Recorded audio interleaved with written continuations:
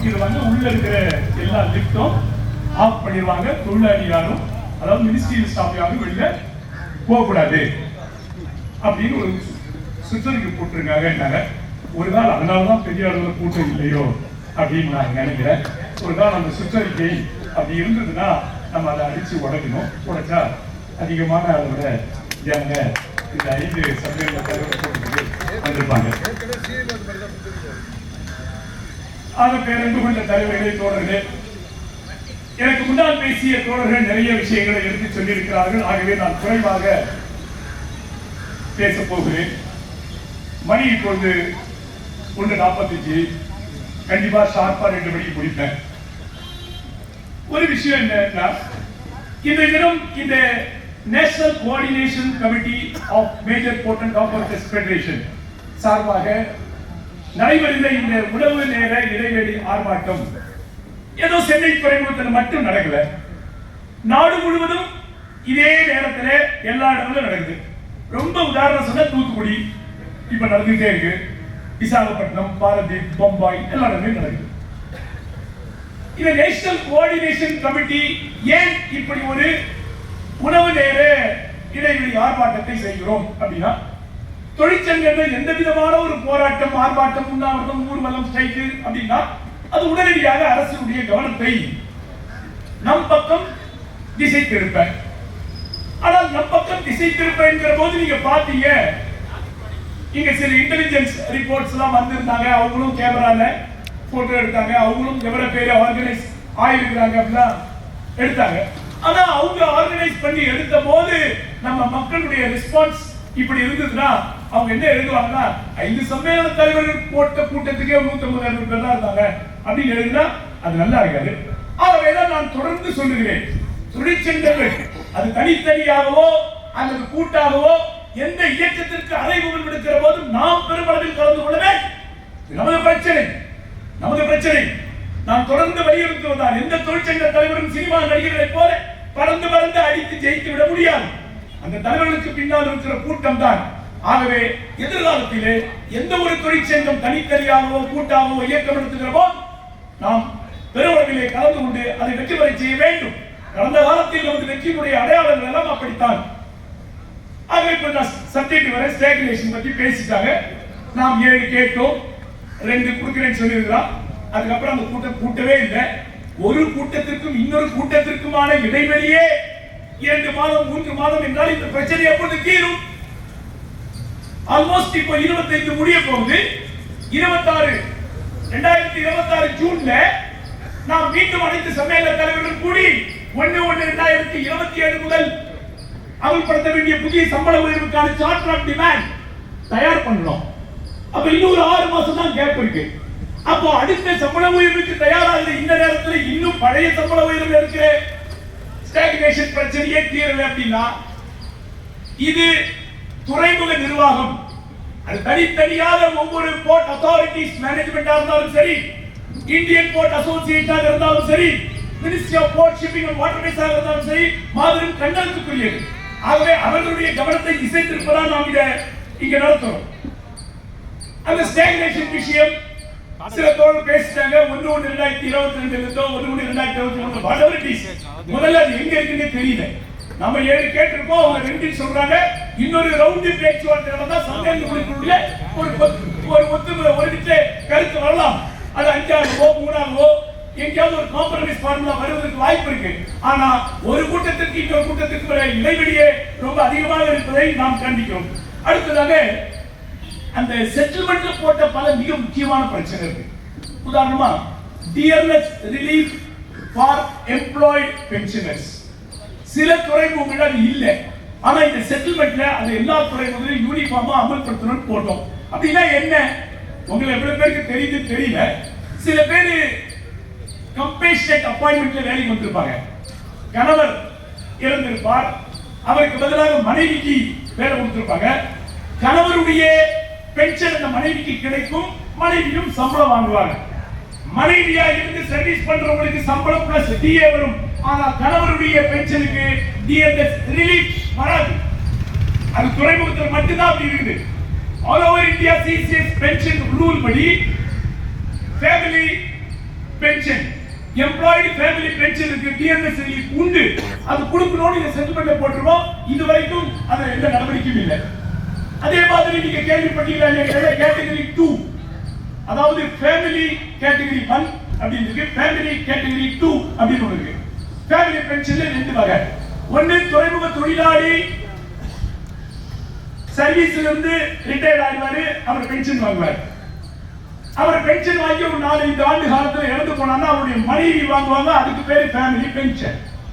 அந்த மனைவியும் இறந்து போனால் அத்தோட அந்த பென்ஷன் கட் ஆயிடும்.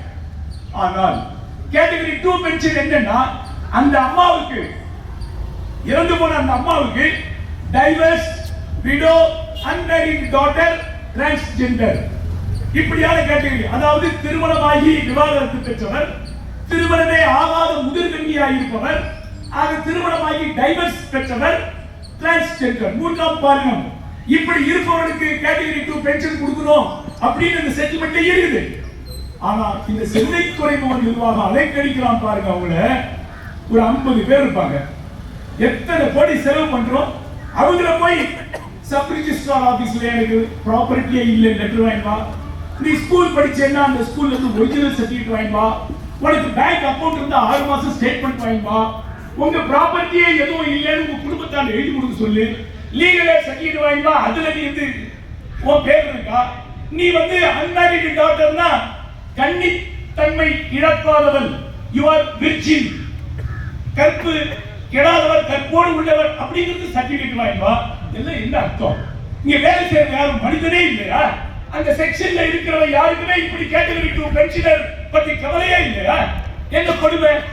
இதெல்லாம் செட்டில்மெண்ட்ல இருக்கு. கொச்சின்ல இம்ப்ளிமெண்ட் ஆகுது, பாம்பேல இம்ப்ளிமெண்ட் ஆகுது, கல்கத்தாவில் இம்ப்ளிமெண்ட் ஆகுது, இங்க இம்ப்ளிமெண்ட் ஆகல. ஆகவே இப்படியான பிரச்சனைகளை தான் நாம் உடனடியாக அமல்படுத்தி சொல்றோம். அடுத்ததாக தொடர்ந்து நிறைய பேசுனா நான் சின்ன விஷயம் மட்டும் பேசுறேன். தொடர்ந்து பிஎல்ஆர் ப்ரொடக்டிவிட்டி லிங்க்டு ரிவார்ட் தொடர்லாம் பேசிட்டாங்க. 2020-21 முதல் 25-26 நெக்ஸ்ட் ஃபினான்ஷியல் இயருக்கு சேர்த்து வந்து மாடிஃபைட் பிஎல்ஆர் ஸ்கீம், மாற்றி அமைக்கப்பட்ட உற்பத்தி திறனோடு இணைந்த போனஸுக்கான ஒரு திட்டம். அந்த திட்டத்தை சம்மேளனங்கள் ஒப்புக்கொண்டது, ஐபிஎம் ஒப்புக்கொண்டது. அந்த திட்டத்தை யூனியன் கேபினெட் ஒப்புதலுக்கு அனுப்பி 3/10/2024 கேபினெட் ஒப்புதல் கொடுத்துட்டான். கேபினெட் ஒப்புதல் கொடுத்த அப்புறம் உங்களுக்கு என்ன பிரச்சனை இருக்கு? 12 செட்டில்மெண்ட் போட வேண்டியதானே? 12 செட்டில்மெண்ட் போடுங்க. நாங்க அந்த சப் கமிட்டியில கேட்டோம்.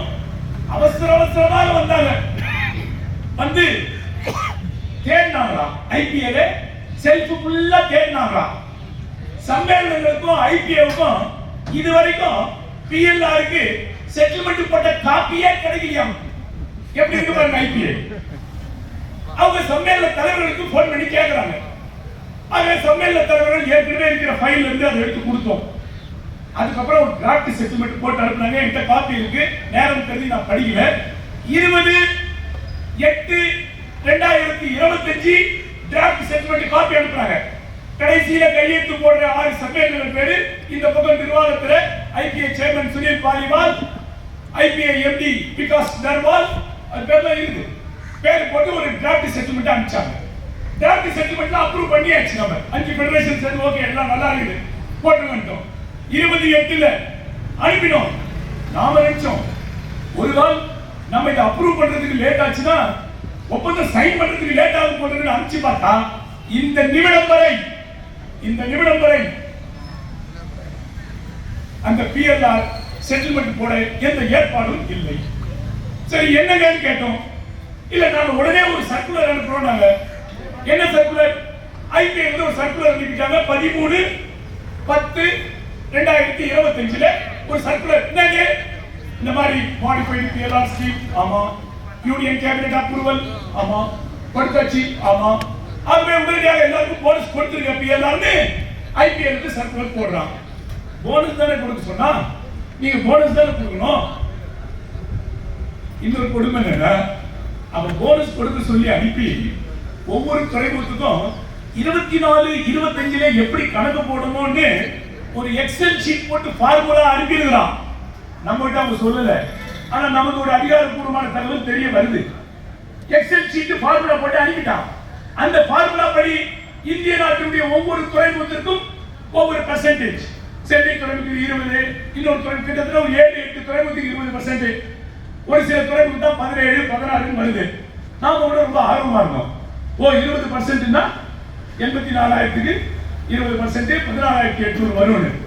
என்னன்னா இந்த துறைமுக நிர்வாகங்கள் எல்லாம் பேசி அந்த எக்ஸல் ஷீட் யாருக்குமே புரியலையா, யாருக்குமே புரியாதனால என்ன பண்ணலாம்னு சொல்லி போன வருஷம் இன்னும் அட்வான்ஸ் கொடுத்தோமோ அதை அப்படியே கொடுத்துட்டு நம்ம பாட்டுக்கு 7 டே கொடுக்கலாம்னு சொல்லி 13,300 ரூபாய் அட்வான்ஸ் கொடுத்தாங்க. கொடுங்க என்ன தெரியுமா, அட்வான்ஸ் கொடுத்தா ரிட்டையர்ட் ஆகிறவங்களுக்கு கிடையாது. செப்டம்பர், அக்டோபர், நவம்பர் ரிட்டையர்ட் ஆகிறவங்களுக்கு அட்வான்ஸ் கிடையாதுன்றான். அட்வான்ஸ் கொடுக்க மாட்டான். அப்போ செட்டில்மெண்ட் போடுறது என்னப்பா பிரச்சனை உங்களுக்கு, செட்டில்மெண்ட் போடுங்க அப்படின்னா, சார் நாங்க எல்லாம் இந்தியன் மேரிடைம் வீக் 2025 இந்திய கடல்சார் நீ பாத்துட்டீங்க, அங்க போஸ்டர் இருக்கு. ஒன் ஓஷன் ஒன் நேஷன், தெரியல, ஒன் நேஷன் ஒன் நேஷன் மாதிரி, ஒன் ஓஷன் ஒன் நேஷன். அந்த மாதிரி இவங்க என்ன பண்ணாங்க, இந்தியன் மேரிடைம் வீக் அப்படின்னு சொல்லி ஒரு மிக பிரம்மாண்டமான ஒரு ஏற்பாடை மும்பை மாநகரத்திலே நடத்தினாங்க. அதுல என்ன அவங்களுக்கு ஆலோசனைனா, நீங்க பத்திரிகை பார்த்துட்டீங்க. முதல் நாள் அமித்ஷா வந்து பேசினார்.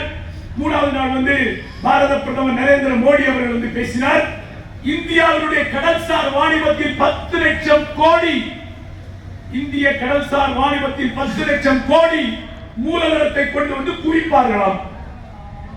அந்த மூலதனத்தின் வாயிலாக இந்தியா வந்து வளர்ந்துவிடும் அப்படின்னு சொல்லி ஒரு மிக பிரம்மாண்டமான ஏற்பாடெல்லாம் பண்ணிருக்கிறாங்க. இவ்வளவு தூரம் ஏற்பாடு பண்ண, இவ்வளவு சுறுசுறுப்பாக இருந்த ஐபிஏ இன்று சர்க்குலர் அனுப்புறாங்க. என்ன தெரியுமா, இந்திய துறைமுகங்களில் வேலை பார்க்கிற தொழிலாளி அதிகமா இருக்கிறார். ஆகவே man power rationalisation, core activity எது, நான் கோர் ஆக்டிவிட்டி எது, புரியுதா உங்களுக்கு? துறைமுகத்தில் மிக முக்கியமான பணிகள் எது, முக்கியம் இல்லாத பணிகள் எது? முக்கியமான பணிகளில் நிரந்தர தொழிலாளி எவ்வளவு, கான்ட்ராக்ட் தொழிலாளி எவ்வளவு, ரெகுலர் ஒர்க்கர், கான்ட்ராக்ட் ஒர்க்கர், நான் core activities regular, contract worker எவ்வளவு கேட்டு இன்னும் 2 ஆண்டு காலத்தில் சென்னை துறைமுகத்திற்கு ஒரு 684 பேர் போதுன்னு அட்டவணை போட்டிருக்கான். அப்ப என்ன அர்த்தம், மேன் பவர் ரிடக்ஷனுக்கு அவ்வளவு ஸ்பீடா இருக்காங்க. 10 லட்சம் கோடிக்கு இந்திய கடல்சார் வாணிபத்தில் மூலதனம் கொண்டு வருவது ஆர்வமா இருக்காங்க. ஆனால் துறைமுக தொழிலாளர்களுடைய ஸ்டாக்னேஷன் பிரச்சனையோ பிஎல்ஆர் பிரச்சனையோ பேசுவதற்கு அவர்கள் தயாராக இல்லை. ஆகவேதான் நமது நேஷனல் கோஆர்டினேஷன் கமிட்டி என்ன முடிவு செய்திருக்கிறாங்கன்னா, தோழர் ஏற்கனவே பேசுற போது தோழர் சொன்னார், 14ஆம் தேதி ஒரு ஸ்ட்ரைக் நோட்டீஸ் கொடுப்போம். அதுல இங்க என்னெல்லாம் பேசுறோமோ அதுதான் மிக முக்கியமான பாயிண்ட். நான் இறுதியில் இப்ப என்னுடைய பேச்சை முடிக்க போறேன். அதுக்கு முன்னாலே ஒரே ஒரு தகவல் மட்டும் சொல்ல போறேன். அது உங்களுக்கு அணுகுண்டு போல இருக்கும். என்ன தகவல் தெரியுமா தோழர்களே, சென்னை துறைமுகத்தில் ஒரு 2300 நிரந்தர தொழிலாளர்கள் பணியாற்றுகிறோம். கிளாஸ் 1 கிளாஸ் 2 ஆபீசர்ஸ் ஒரு 200 பேர் இருப்பாங்க. கிளாஸ் 3 கிளாஸ் 4 2088 பேர் இருக்காங்க எங்க கணக்குப்படி. இதெல்லாம் தாண்டி ஒரு 14,000 பேர் பென்ஷன்தாரர்கள் இருக்கிறார்கள். இன்னும் நாளாக தொழிலாளர்கள் எண்ணிக்கை குறையும், பென்ஷன்தாரர்கள் அதிகரிப்பார்கள். அண்மையிலே ஒரு மிகச்சிறந்த ஒப்பந்தம் போட்டோம், 2 இன்ஸ்டால்மெண்ட் செட்டில்மெண்ட் எல்லாம் வாங்கிட்டோம்.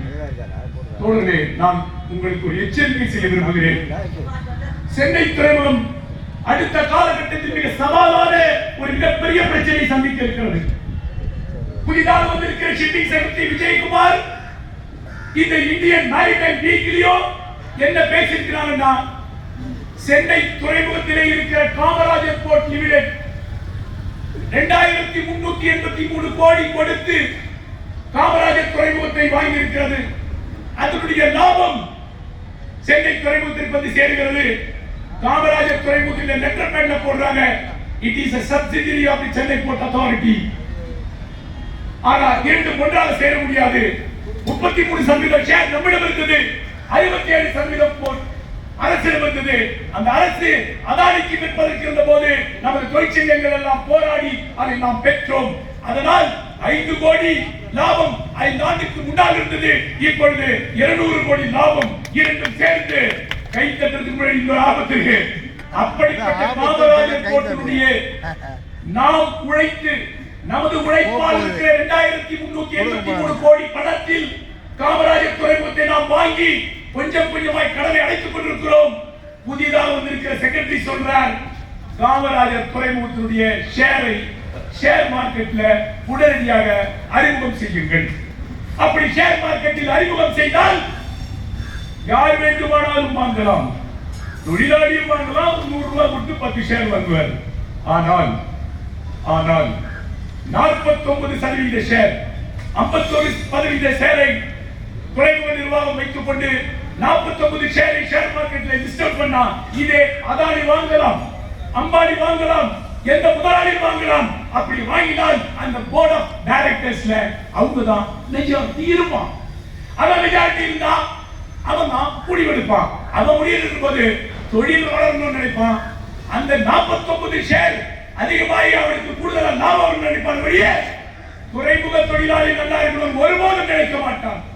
அவனுக்கு கவலை இல்லை. வெறும் 50 பேர் தொழிலாளி, 50 பேர் அதிகாரி. ஆனால் துறைமுகத்தில், சென்னை துறைமுகத்தில் 14-15,000 பென்ஷன்தாரர்கள், 3000 தொழிலாளர்கள். எதிர்காலம் இருண்ட காலம். நான் எச்சரிக்கை விடுக்கிறேன். செக்அப் எல்லாம் முடிந்து போய்விட்டது. 6ஆம் தேதியோடு நாம் மூட்டை கட்டிவிட்டோம். இனி அனைத்து தொழிற்சங்கங்களும் ஒன்றுபட்டு ஓரணியிலே நின்று எதிர்காலத்திலே அப்படி ஒரு நடவடிக்கை இருக்குமானால் துறைமுக தொழிலாளர் ஒவ்வொருவரும் குடும்பமாய் வாழ்கிற பகுதியில் லட்சக்கணக்கில் கையெழுத்து வாங்கி இந்த மத்திய அரசிடம் கொடுப்போம். காமராஜர் துறைமுகத்தை நம் துறைமுகத்தை தக்க வைப்போம். அப்படி ஒரு போராட்டத்தை எதிர்காலத்தில் சங்கங்கள் எல்லாம் ஒன்றுபட்டு நடத்துகிற போது நீங்கள் இப்படி 150 பேர் இப்படி 150 பேர் 200 பேர் 15,000 பேர் வரலாம். ஆகவே சவாலான காலம். தொழிற்சங்கங்களுடைய ஒற்றுமையும் தொழிலாளர் ஒற்றுமையும் அவசியம். நாம் உழைத்து கொடுத்த பணத்தில் வாங்கிய 2383 கோடி ஷேரை ஒருபோதும் ஷேர் மார்க்கெட்டில் விற்பதற்கோ அந்த ஷேர் மார்க்கெட்டில் ஷேரை முதலாளிகள் வாங்குவதற்கோ அதனால் அதன் கொடுப்பதற்கோ ஒருபோதும் நாம் அனுமதிக்க கூடாது என்ற கூட்டத்தில் சபதம் எடுப்போம். எதிர்காலத்திலே தொழிற்சங்கங்கள் அவரவர்களுக்கு இருக்கிற கருத்து வித்தியாசங்களை மறந்து தொழிலாளர் ஒற்றுமைக்கும் தொழிற்சங்க ஒற்றுமையும் கட்டி இந்த தொழிலையும் காப்பாற்றுவோம். அதற்கு ஓரணியில் நிற்போம். தொழிற்சங்க ஒற்றுமை ஓங்குக, தொழிலாளர் ஒற்றுமை ஓங்குக. நன்றி, வணக்கம். நன்றி உரை சொன்ன திரு கோஷ்